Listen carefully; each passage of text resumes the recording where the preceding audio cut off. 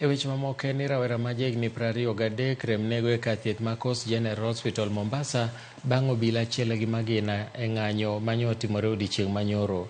Rawerano miluongo ni Ahmed Mohamed koni ne Eric owuok manyo thuolo mar tich e kambi agents matero ji e pinje maoko eka norodhno kod jong'anyo mane obila ke e alwora ma Sabasaba.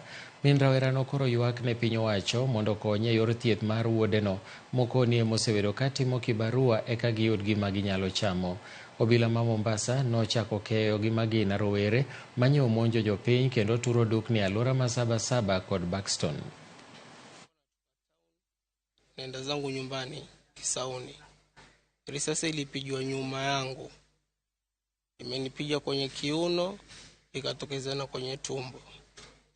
Tukifika hapa Buxton mbele ya junction ya Makadara, risasi zikaanza kulia.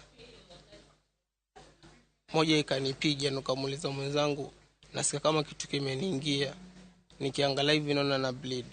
Ikabidi wakachukua boda fasta wakaniwaisha Jocham pale nikapata first aid.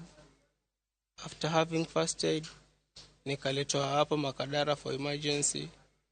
Nikavuliwa nguo nikapelekwa theater.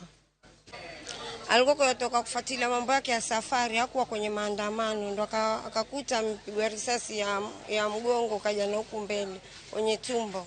Sasa naomba serikali ifuatilie, nisaidie kijana wangu yuko hospitali. Yeye ndo kila kitu kwangu, anisaidia. Kwa hivyo naomba serikali itende haki, nisaidie. Naomba serikali hii mambo ya kushoot innocent people wasitishe.